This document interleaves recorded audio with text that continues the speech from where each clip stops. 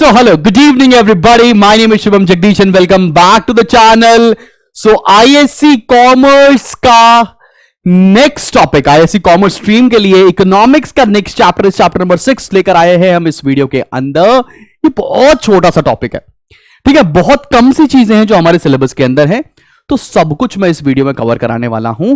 And before I begin, जैसे हर video के साथ मैं बताता आ रहा हूं, अगर आपको हमारे साथ लाइव पढ़ना है, हर दिन आपको लगातार मेरे से तीनों सब्जेक्ट्स पढ़ने हैं, तो आपको करना क्या है, आपको स्पार्टन्स के कोर्स में जाके एनरोल कर लेना है, डिस्क्रिप्शन में लिंक मिल जाएगा।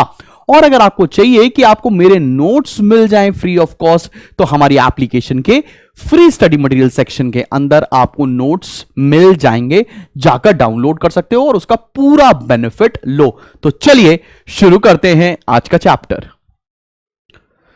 बच्चे पहाड़ी, इस चैप्टर के अंदर ना आपको मुश्किल से मुश्किल सिर्फ दो चीजें पढ़नी है। ये इकोनॉमिक डेवलपमेंट होता क्या है, इकोनॉमिक ग्रोथ होता क्या है, और इन दोनों के बीच का डिफरेंस ही सिर्फ आपके सिलेबस में है इस पर्टिकुलर चैप्टर में।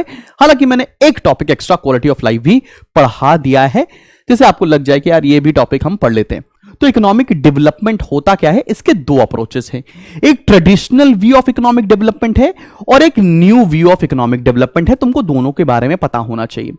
अगर आपसे पेपर में कभी यह नहीं मेंशन होगा कि कौन सा व्यू बताना है आपको, तो आप सभी बच्चे new view of economic development exam में बताकर आएंगे। क्या यह बात तुमको सबको समझ में आ रही है?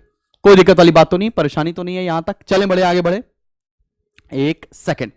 चलो भैया, ट्रेडिशनल व्यू क्या कहता है?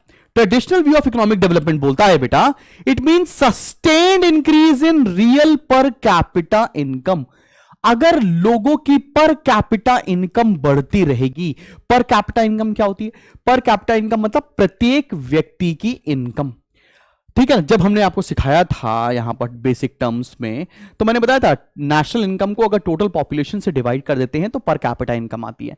जब देश में रहने वाले की हर व्यक्ति की इनकम इंक्रीज करेगी तो उसको बोलेंगे इकोनॉमिक डेवलपमेंट हो रहा है। लेकिन ये कौन सा अप्रोच है? ये ट्रेडिशनल अप्रोच है। न्यू अप्रोच क्या कहता है? न्यू अप्रोच बोलता है बच्चा पार्टी कि आपको पर कैपिटा इनकम तो बढ़ाना ही बढ़ाना है, साथ में अनएम्प्लॉयमेंट को कम करना है, पॉवर्टी को कम करना है, इनइक्वालिटी को कम करना है, तब जाकर इकोनॉमिक डेवलपमेंट होगा। ये बोलता है it is a process whereby real per capita income of a country increases over a long period along with reduction in poverty and inequality and unemployment। जब देश से अनएम्प्लॉयमेंट कम होगा, पॉवर्टी कम होगी, income inequalities कम होगी, तब जाकर देश का एक्चुअल में डेवलपमेंट होगा, किसी भी इकोनॉमी का एक्चुअल में डेवलपमेंट होगा। तो पेपर में आप हमेशा यह लिखकर आएंगे, अनटिल एंड अनलेस आपसे स्पेसिफाई नहीं किया गया है आपको ट्रेडिशनल व्यू बताना है। क्लियर है सबको? इकोनॉमिक डेवलपमेंट क्या होता है, बात समझ में आ गई। इकोनॉमिक ग्रोथ क्या है, आइए जरा सिंपल शब्दों में वो भी देख लेते हैं। इकोनॉमिक ग्रोथ का लिटरल मीनिंग सिर्फ पर कैपिटा इनकम बढ़ाना है। It is a process where real per capita income of a country increases over a long period of time. Long period में अगर देश की पर कैपिटा इनकम बढ़ रही है तो हम उसको बोलेंगे कि देश हमारा तरक्की कर रहा है, इकोनॉमी ग्रो कर रही है। क्या बात समझ में आ रही है? कोई दिक्कत, कोई परेशानी तो नहीं है? सर ट्रेडिशनल अप्रोच और इकोनॉमिक ग्रोथ सेम है। हाँ भाई, एग्जैक्टली। तो टेंशन लेने वाली बात नहीं है। यहां पर सिर्फ इकोनॉमिक इंडिकेटर्स के बारे में ही बात होती है, इनकम के ही बारे में बात होती है। अब मैंने यहां पर आपको 4 डिफरेंस लिखकर रखे हैं। आप लोग टेक्स्ट बुक्स में हो सकता है कुछ और भी डिफरेंस दे रखे हो। आप एग्जाम में डिफरेंस हमेशा टैबुलर फॉर्मेट में ही लिखकर आएंगे, ठीक है ना।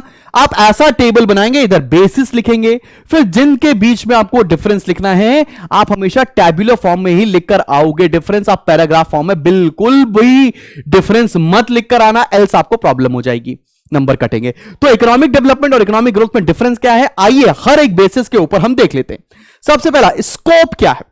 Economic development is more comprehensive.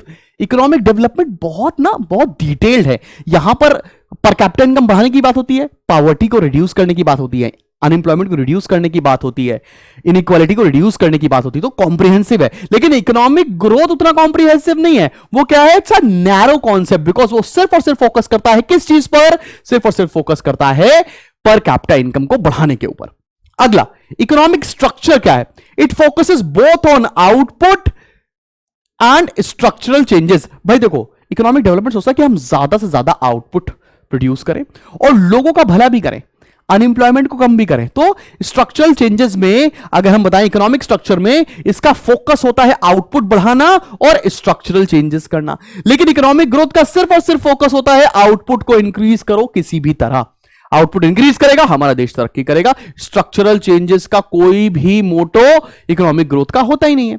आगे देखते हैं इंपैक्ट क्या है। It involves both increase in income, focuses on reduction of poverty, unemployment etcetera, दोनों जगह फोकस होता है। और यहां पर फोकस क्या होता है कि बस लोगों की इनकम को इंक्रीज करना है। Last but not the least, indicators कौन कौन से यूज होते हैं इकोनॉमिक डेवलपमेंट के अंदर? इंडिकेटर्स यूज होते हैं दोनों, economic indicators as well as non economic indicators. ये नॉन इकोनॉमिक इंडिकेटर्स क्या होते हैं? लिटरेसी कितनी है, लोगों के पास हेल्थ सर्विसेज कैसी हैं, इन सारे चीजों के ऊपर भी बात करना इकोनॉमिक डेवलपमेंट है। लेकिन इकोनॉमिक ग्रोथ सिर्फ एक फैक्टर के ऊपर होता है, वो है इकोनॉमिक इंडिकेटर। उसको बोलते हैं कि बस लोगों की इनकम बढ़ाओ। इकोनॉमिक ग्रोथ में सिर्फ इकोनॉमिक इंडिकेटर यूज होते हैं। इकोनॉमिक डेवलपमेंट में इकोनॉमिक इंडिकेटर्स तो आते ही आते हैं, साथ में नॉन इकोनॉमिक इंडिकेटर्स भी आते हैं। इकोनॉमिक इंडिकेटर्स मतलब इनकम को इंक्रीज करना, नॉन इकोनॉमिक इंडिकेटर्स बाकी सारी चीजें, लोग कितना लिटरेट हैं, लोगों के पास कैसी सैनिटेशन फैसिलिटी है, कैसा उनके पास हेल्थ सर्विसेज हैं, वो सारी चीजें आती हैं इकोनॉमिक डेवलपमेंट के अंदर। बात समझ में आ रही है? आइडियली यहां तक ही तुम्हारे सिलेबस में है, खत्म है चैप्टर। लेकिन 2 पॉइंट और आप पढ़ लो सो दैट तुम्हारा होराइजन थोड़ा सा स्ट्रांग रहे। क्वालिटी ऑफ लाइफ क्या होता है आओ जरा देख लेते हैं।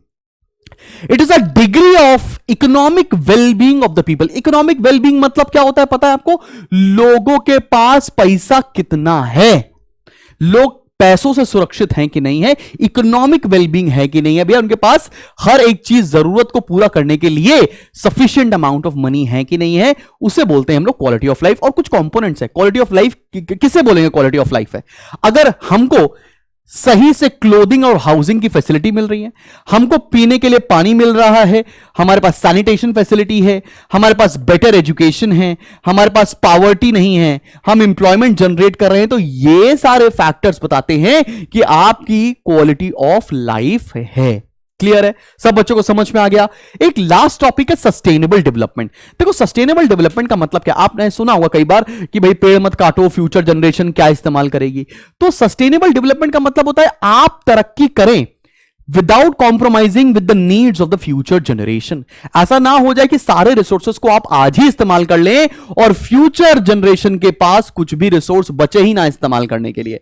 उस चीज को बोलते हैं सस्टेनेबल डेवलपमेंट। लेकिन अगर आपसे पूछा जाएगा तो आप लिखकर क्या होगे? It is defined as the pattern of development that permits future generation to live at least as well as current generation. जैसे करंट जनरेशन रह रही है वैसे फ्यूचर जनरेशन भी रह सके, इस चीज को हम लोग सस्टेनेबल डेवलपमेंट कहते हैं।